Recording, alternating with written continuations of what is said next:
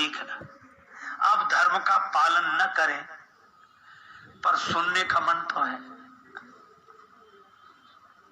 धर्म की चर्चा सुनने का मन है। एक सज्जन कह रहे थे कि महाराज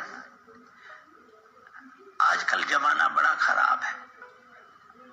हमने कहा यही सोच सोच कर दिलो दिमाग खराब मत करो, जमाना हमेशा से ऐसा ही रहा है, कम ज्यादा रहा है। बोले नहीं कलयुग है, बुरे लोग बहुत। तो हम कहे ये बुरे लोग कब नहीं रहे। आप सोचो, हिरण्याक्ष हिरण्यकश्यप कलयुग में नहीं हुए, सतयुग में थे। रावण कुंभकर्ण कलयुग में नहीं, त्रेता में। कंस शिशुपाल कलयुग में नहीं, द्वापर में। तो जब सतयुग में हिरण्याक्ष हिरण्यकश्यप हो सकते हैं, त्रेता में रावण कुंभकर्ण हो सकते हैं, द्वापर में कंस शिशुपाल हो सकते हैं, तो कलयुग में ध्रुव प्रहलाद क्यों नहीं हो सकते हैं? हो सकते हैं। तो सोच सकारात्मक रखो। बोले नहीं नहीं वो आप नहीं समझे, जमाना बहुत खराब है, बहुत खराब है। हमने कहा बहुत खराब है तो भजन करो, ये समय क्यों खराब करते हो खराब खराब की बातें करके। जितनी देर खराब खराब खराब का, इतनी देर राम राम राम राम कर लेते तो भी ठीक, क्योंकि खराब कहने से खराबी मिट तो जाएगी नहीं। तो लेकिन लोगों की आदत होती है समय बहुत खराब, समय बहुत खराब। तो भगवान का नाम लो, समय का सदुपयोग करो। पर मैं आपसे चर्चा कर रहा था कि ग्लानि और हानि में क्या अंतर। तो वो सज्जन मुझसे कह रहे थे कि जमाना इतना खराब है, आप लोग बोलते रहते हो, श्रोता सामने बैठे रहते हैं, पर ऐसे होता है कि जैसे नल खुला हो, पूरी स्पीड से पानी गिर रहा हो और नल के नीचे घड़ा उल्टा रखा हो, कभी नहीं भर सकता।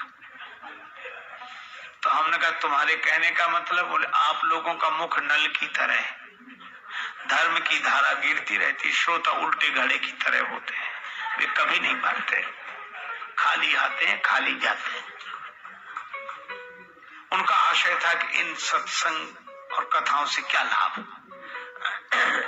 मैंने कहा बात तो आपकी यदि सही ही हो तो भी ये ठीक है। बोले कैसे? हमने कहा घड़ा सीधा होता तो जल से भर जाता, उल्टा है भर नहीं रहा, यही बात तो है। न भरे पर जब तक नल के जल के नीचे रहेगा तब तक ठंडा तो रहेगा, शीतल तो रहेगा, जब तक रहेगा तब तक। भर जाता तो भरा रहता, दूसरों को भी शीतल करता, पर उल्टा है तो चलो कोई बात नहीं, शीतल तो रह ही रहा है। इसलिए अगर कोई वस्तु न खरीदे, कम से कम देखने का मन बना रहे, यही क्या बुरा, इसमें ही संतोष है कि चलो। पर मुश्किल यह है कि वस्तु खरीदने की बात तो जाने दो, जिसे वस्तु को देखने तक का मन ना हो तो ग्लानि हो गई। तो धर्म की हानि तब होती है जब व्यक्ति धर्म की बात तो सुनता है पर धर्म को जीवन में नहीं उतारता। वह सामान देखता तो है, खरीदता नहीं, तो दुकानदार की हानि होगी, वो तब तक तो हानि है। लेकिन जब दुकानदार का जरा देख तो लो, नहीं वो क्या देखना, हमें देखना नहीं, हमें देखना नहीं, तो ग्लानि हो गई। जब कोई धर्म की बात सुनना ही न चाहे तो ग्लानि हो गई। भगवान कहते हैं हानि तक तो हम सहन कर लेते हैं, लेकिन जब ग्लानि हो जाए तो फिर हमें आना ही पड़ता है। यदा यदा ही धर्मस्य ग्लानिर्भवति भारत। धर्म की बात कोई सुनना ना चाहे, धर्मात्मा को कोई देखना चाहे, इतनी गिलानी हो जाए कैसे धर्म से तुम बिना धर्म के अच्छे थे। अच्छा फिर लोग कहने भी लगते हैं, आप कहते हैं धर्म का पालन करोगे तो सुखी हो जाओगे, हम कोई अधर्म कर रहे हैं, हम दुखी हैं, बल्कि अधर्म करने वाले सुखी हैं, और वो इतने सुखी हैं, वो इतने, तो गिलानी हो गई ना धर्म से। तो कभी कभी ऐसी परिस्थितियां निर्मित होती हैं कि सत्कर्म से व्यक्ति के मन को गिलानी होने लगती है कि हमसे तो वही अच्छे हैं, बेईमानी कर रहे हैं और मजे में। हमारी ईमानदारी ने हमें क्या दिया? दुख, गरीबी, परेशानी, अपमान। तो ऐसे धर्म से बिना धर्म के अच्छे, इसको बोलते हैं गिलानी। और ऐसी स्थिति हो जाए तब भगवान कहते हैं कि फिर महात्मा से काम नहीं बनेगा, फिर तो परमात्मा की ही जरूरत है। तब तब धरि हरि विविध शरीरा, तब तब धरि हरि विविध शरीरा, हरहि कृपा निधि सज्जन पीरा, हरहि कृपा निधि सज्जन पीरा।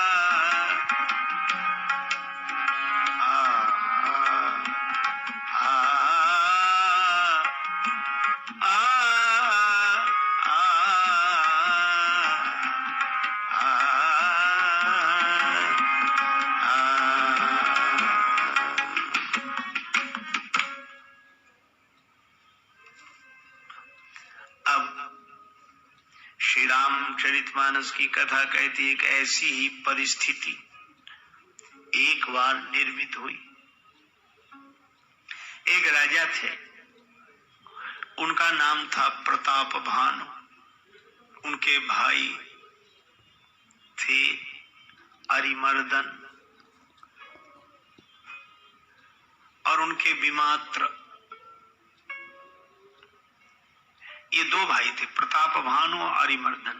और उनके जो सचिव थे उनका नाम था धर्मरुचि।